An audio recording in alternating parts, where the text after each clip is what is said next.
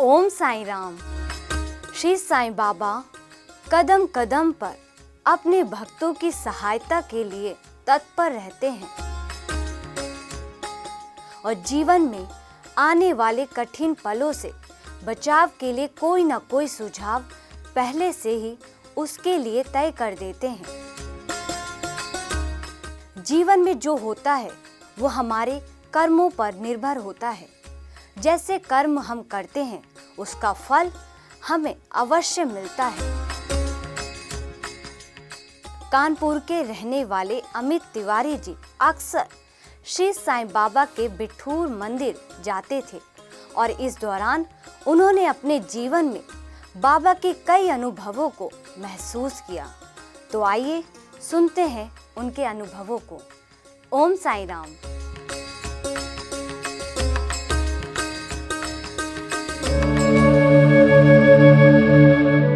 सद्गुरु साईनाथ महाराज की जय। ओम साई राम। मैं अमित तिवारी कल्याणपुर निवासी हूँ। बाबा से जुड़ने का तात्पर्य हमारा तब से है। हमारी दादी बहुत बचपन से, जब मैं 4 से 5 साल का था, जब यहाँ पे साधन भी नहीं आते थे, मंदिर एकदम वीरान में था, जंगल में जिसे बोलते हैं, तो सुबह अर्ली मॉर्निंग बस आती थी 5 से 6 बजे करीब। तो ठंडी के समय मैं बहुत छोटा था, तो दादी हमारी मंदिर आती थी यहाँ पे। तो मैं भी ऐसे शौक़ में, जैसे लड़के कहते हैं मंदिर चलेंगे मंदिर चलेंगे, सबसे पहले मंदिर मैं उन्हीं के साथ आया। 2000 की बात होगी कम से कम। उसके बाद मैं उनके साथ 1-2 बार आया, तब मुझे समझ नहीं थी क्या भगवान है, क्या है, राम है, रहीम है, साईं बाबा है, मैं कुछ नहीं जानता था। बस ये जानता था मंदिर है, टहलने घूमने चला आया। उसके बाद 1-2 बार और आया। फिर एक बार मैं कल्याणपुर में पढ़ता था हाई स्कूल में, तो कल्याणपुर से तो पास ही में 7-8 किलोमीटर पे। तो कुछ लड़कों ने बोला कि आज स्कूल नहीं जाया जाएगा, आज घूमने चलते हैं। एक टीचर इंग्लिश के थे, वो मारते बहुत थे। मैं पढ़ने में ठीक था मगर ग्रुप में फंस गया। तो हमने कहा चलो भाई आज घूमने चलते हैं। तो हम लोग बिठूर गए। बिठूर में सीता जी का घर बना हुआ है और ये सब घूमे। उसके बाद फिर साईं दरबार आ गए।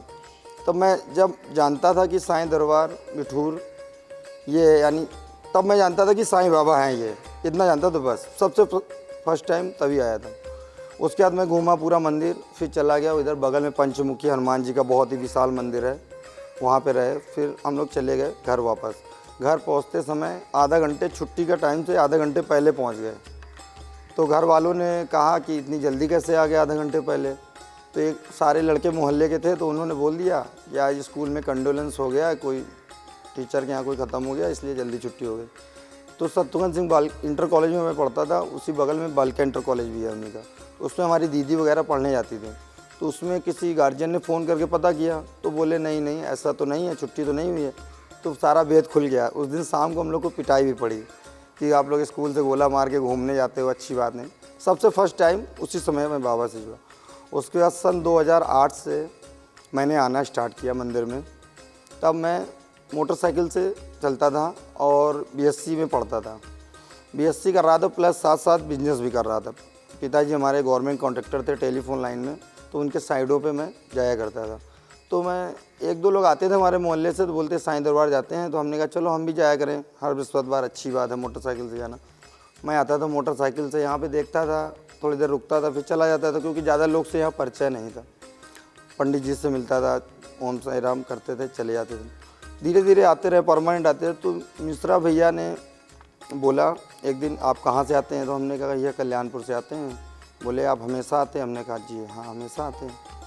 ऐसे बातचीत हुई। तो फिर एक बार भंडारा हो रहा था, तो बोले कुछ योगदान दोगे? तो हमने कहा भैया थोड़ा बहुत जो योगदान लेना है ले लीजिए, हमें कोई इशू नहीं।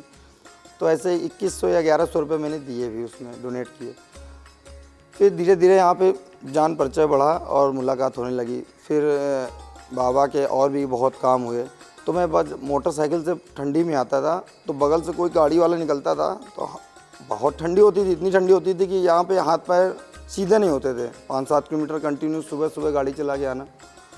तो मैं बाबा से कहता था बाबा गाड़ी कब दिलाएंगे, देखो इतनी तेज़ गाड़ी वाले निकल जाते हैं, हम मोटरसाइकिल से आते हैं इतनी ठंडी में, आप अच्छा ठंडी में बुलाते हैं, इससे बढ़िया ना बुलाया करिए। साल भर हुआ या दूसरी साल हमने सेंट्रो ले ली अपनी खुद की। तो हमने कहा देखो बाबा मेहरबान हो गए, गाड़ी दिला दी। फिर कार से आने लगे, इसी तरीके से जीवन हमारा आगे बढ़ा। फिर हमारी शादी भी हुई, तो वो भी हमारे जो घर वाले हैं ससुराल पक्ष के, वो भी सासू माँ भी साईं भक्त हैं, यहीं आवासिका से 1 नंबर की हैं, वो भी साईं भक्त हैं। तो वो अपना डबल पुलिया में मंदिर है साईं बाबा का, वहाँ जाती थी। तो वो भी 1-2 साल से लड़के देख रही थी, मगर उनको लड़का नहीं मिल रहा था। तो वहाँ पे वो बताती हैं, मैं रोई 12 बजे की आरती में बहुत, कि बाबा क्या मतलब ऐसे होएगा, शादी नहीं हो पाएगी। तो उनसे फिर उन लोगों को पता चला कि हमारे बारे में, तो वो आई, यहीं साईं दरबार बिठूर में ही लड़की देखी गई। लड़की देखी गई, आप बिलीव नहीं करोगे, लड़की देखने मैं आया, मगर मुझे कुछ यस नो करने का मौका ही नहीं मिला। सब आगे से आगे यस होता रहा, हमसे पूछा भी नहीं गया कैसा क्या है क्या नहीं। हालांकि ठीक है हमारी मैडम, ऐसा नहीं, मगर सब कैसे सडनली हो गया कुछ पता ही नहीं चला। फिर पता चला बाद में उन्हें पता चला कि वो साईं भक्त हैं। तो हमने कहा अच्छा बाबा ही ने कराया है सारा सब कुछ, अब उसमें हम क्या हस्तक्षेप कर सकते हैं। चलिए शादी हो गई, सब कुछ हो गया, अच्छे से निपट गया। उसके बाद फिर एक बेटी हुई हमारी उसी साल, उसके 1 से 1.5 साल बाद एक बेटा भी हो गया। 3 साल हुए हैं शादी के, भी 4था साल चल रहा है।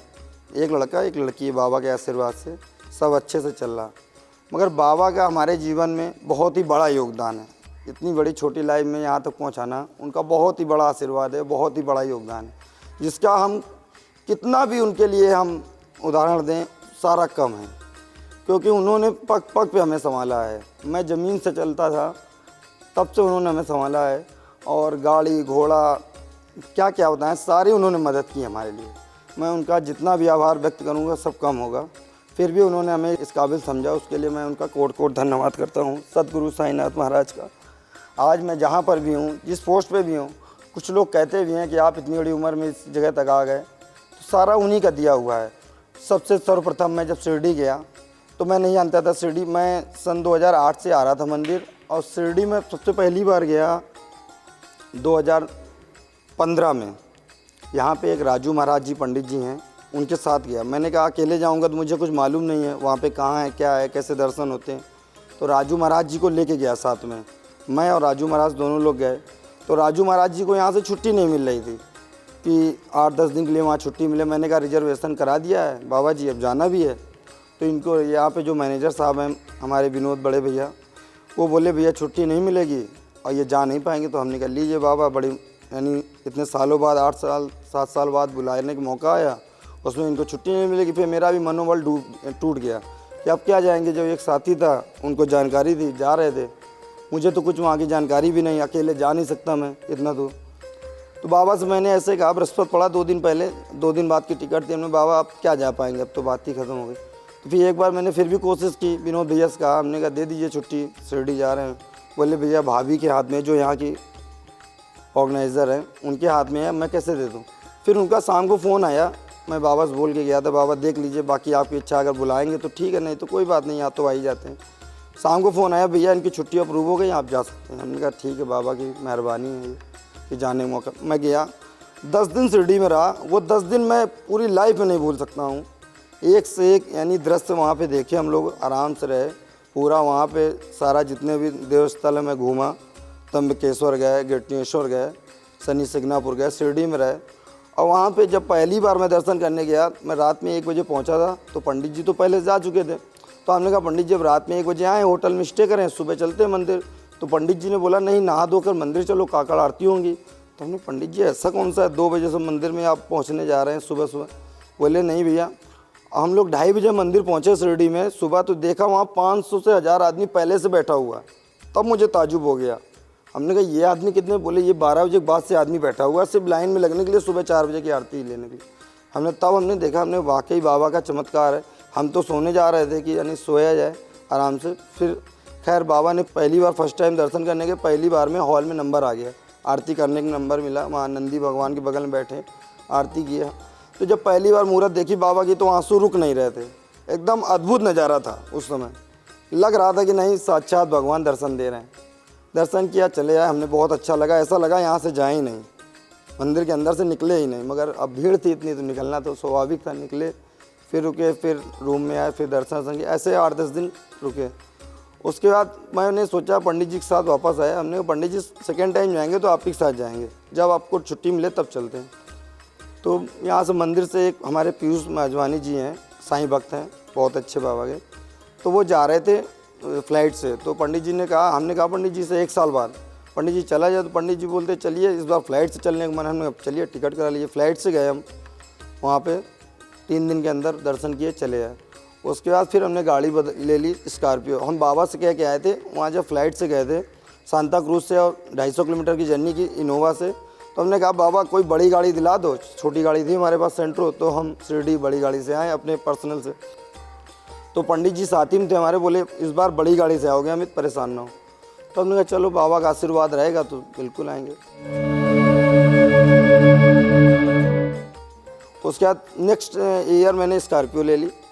तो अब शादी भी थी उसी टाइम, शादी भी हुई और स्कॉर्पियो भी ले ली। तो हमने कहा पंडित जी गाड़ी तो ले ली है, अब चलना कब होगा। फिर बाबा ने 2 साल 3 साल तक बुलाया ही नहीं। मैं बार बार सोचता रहा, थोड़ा व्यस्तता भी हो गई शादी के बाद, गृहस्थ जीवन में बेटी हुई और फिर बेटा हुआ, तो उसमें थोड़ा बिजी भी हो गए। तो हमने कहा आप देखो बाबा कब बुलाते हैं, बाबा की जब मर्जी होगी, उनके बगैर मर्जी के कोई नहीं जा सकता है, हम आप कितना भी लाख कोशिश कर लें। फिर खैर बुलावा आया। फिर हम वो पंडित जी, हमारे बड़े भैया यहाँ के जो मंदिर के पूरा देख रेख हैं, हमारे मिश्रा भैया, उनके साथ हम लोग शिरडी गए 5 लोग गाड़ी से। पूरा घूमते रहे, पूरा महाकालेश्वर वगैरह सब पूरा होकर आए। तो स्कॉर्पियो से गए। आप बिलीव नहीं करेंगे, मैं वहाँ था तो मैंने बड़े भैया से कहा भैया एक हम लोग बृहस्पतिवार को अक्सर यहाँ पे पूरी आरती करते हैं बिठूर साईं दरबार में। तो हमने कहा भैया यहाँ पर भी पूरी आरती किया जाए। तो बोले हो जाएंगी, कोई दिक्कत नहीं, सुबह जल्दी उठना पड़ेगा, सारी आरतियाँ हो जाएंगी। तो सुबह हम लोग उठे 2 बजे, 2 बजे उठे। काकड़ आरती जो होती 4 बजे, उसके लिए भैया ने VIP पास ले लिया। बोले VIP पास से दर्शन हो जाएंगे सुबह सुबह, नहीं तो लाइन नहीं लगा पाएंगे। तो हम लोग सुबह सुबह VIP पास से 4 बजे की आरती की। उसके बाद वहाँ पे बृहस्पतिवार को अभिषेक पूजा भी होती है और प्लस सत्यनारायण कथा भी होती है। तो हमने कहा चलिए भैया ये भी किया जाए। तो आप विश्वास नहीं करेंगे, सुबह की आरती की, उसके बाद हम लोगों ने 10:30 साढ़े 8 बजे वहाँ अभिषेक पूजा होती है, वो पूजा की उसी दिन। उसके बाद हम लोग ने 12 बजे की आरती की। उसके बाद 1 बजे सत्यनारायण की पूजा की। उसके बाद 2 बजे 2 ऐसे 2:30 बजे के बीच में अपनी गाड़ी की भी पूजा कराई सेम डे। फिर 5 बजे की आरती कराई। ऐसे सारा सिस्टम बना था कि मानोगे नहीं आप, एक मिनट भी ऐसा लग रहा था कि बाबा ने पूरा बांध के रखा है, या आप इधर आरती करेंगे इधर सत्यनारायण पूजा करेंगे। विश्वास ही नहीं हो रहा था ये हो कह रहा। यहाँ तक कि जो 12 बजे की आरती में VIP दर्शन कराए एक सज्जन ने, बोले आप लोग को एकदम कैसे टाइम टू टाइम चल रहा है। हमने कहा सब बाबा की महिमा। तो उस दिन हमने शिरडी में सारी आरतियाँ की और सारी अभिषेक पूजा, सत्यनारायण पूजा, गाड़ी पूजा, सारी पूजा की। उस दिन से मैं और विश्वास हो गया कि बाबा हैं साक्षात, क्योंकि मैंने दिल से बोला तो बाबा अगर सारी आरतियाँ करा दें तो कितना अच्छा रहेगा, इतना दूर शिरडी पे आए हुए हैं। तो सारी आरतियाँ पूरा आशीर्वाद प्राप्त हुआ। उसके बाद हम लोग आए। तो आने के बाद फिर यहाँ पे हमने सोचा था, फिर हमारे बेटा जी का भी जन्म हुआ। तो बेटा जी का जन्म हुआ तो हमारी मैडम रोज़ कहती थी बेटा हो जाए भगवान बेटा हो जाए। मैंने कभी नहीं कहा, इतने दिन हो गए कि ये भगवान हमें बेटा दे दीजिए। बेटी थी, हमने कहा बेटी भी हो जाएगी तो कोई दुख नहीं है, ऊपर वाले ने ठीक दे रखा है, आशीर्वाद है उनका। मगर मैडम हमारी हमेशा बेटा हो जाए, क्योंकि पहला बेटी ऑपरेशन से हुई थी, इसलिए थोड़ा सा उनको और चिंता हो रही थी कि दूसरा भी सीजियर होगा। तो इस चक्कर में तो हमेशा बेटा बेटा। जिस दिन एडमिट कराना था उस दिन अर्ली मॉर्निंग में 4 बजे उठा, बृहस्पतिवार का दिन था। डॉक्टर ने टाइम दिया था कि भैया आपको इस दिन आना है। तो मैं 4 बजे उठा। हमने कहा चलिए सुबह जल्दी उठते हैं, 6 बजे यहाँ आरती होती है, 6:30 बजे आरती करके मैडम को 8-9 बजे एडमिट करा देंगे, ऑपरेशन हो जाएगा।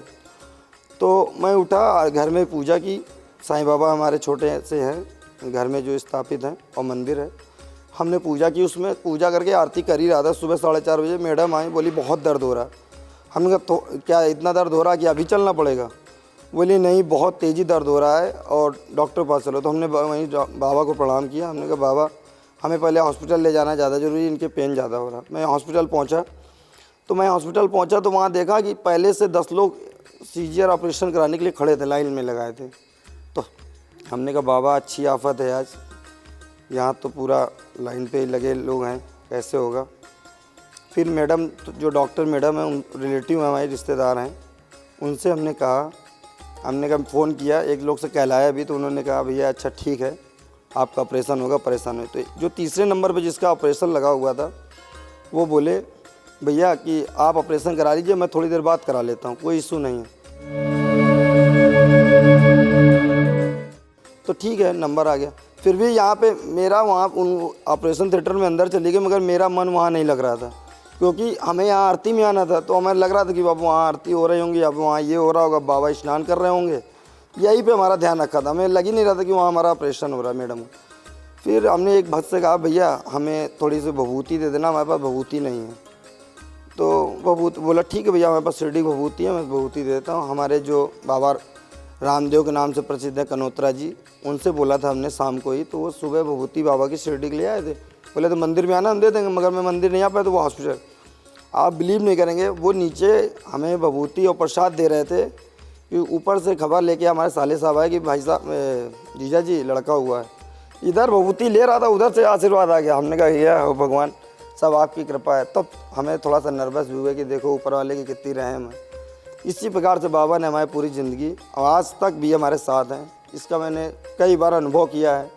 उनकी कितनी भी कथाएं हैं, कितना भी हम आभार व्यक्त करें, सब कम होगा, क्योंकि उन्होंने हमारी लाइफ में इतना सब कुछ किया। हमारी क्या, सारे भक्तों के उसमें बहुत कुछ किया है, जिसका हम बता पाना ही अतुलनीय होगा। और वो साक्षात ईश्वर है। कुछ लोग कहते भी हैं वो मुसलमान है, हमारे सामने कहते हैं वो मुसलमान है, आप उनकी पूजा करते हैं। हमने कहा ये कुछ नहीं, मैं कहीं पे मजार मिलती है उसके भी हाथ जोड़ लेता हूँ, ऐसा कुछ नहीं। अल्लाह, ईश्वर, ये सब एक है। ये आदमी की बनाई हुई भावनाएं हैं कि भगवान अलग अलग है, सबका मालिक एक है। उनका अल्लाह, हमारा राम, सब एक है। ये कहने की बातें हैं, नहीं तो कोई बता दे कि गॉड में भी 3 अक्षर होते हैं और ईश्वर भी 5 होते हैं, अल्लाह में 5 होते हैं, ऐसा क्यों है? तो ये सब बनाई हुई बातें हैं, इस पर कोई वो नहीं। फिर तब से मैं साईं दरबार बिठूर में जुड़ा हुआ हूँ। आज भी बाबा की कोशिश करता हूँ कि बृहस्पतिवार को चारों आरती हों, और जब भी समय मिलता है हमें, अब तो मेरा ठीक है बिजनेस है, जब भी समय मिलता है तो अपने बड़े भैया मिश्रा जी के साथ में, उनका बहुत ही यानी आभार है कि जब भी वो आते हैं तो उन्हीं के साथ मैं चला आता हूँ, जब मैं आता हूँ तो वो भी आ जाते हैं। तो ऐसे हम लोग दोनों लोग साथ करके मंदिर आ जाते हैं, किसी न किसी माध्यम से हमें मंदिर के दर्शन हो जाते हैं। ये मैं उनका हमेशा आभार व्यक्त करूँगा और उनको कोट कोट प्रणाम करूँगा। सद्गुरु साईनाथ की कृपा हम पे हमेशा बनी रहे, यही मैं बाबा से मनोकामना करता हूँ। साक्षात उनके चरणों में प्रणाम करता हूँ। सद्गुरु साईनाथ महाराज की।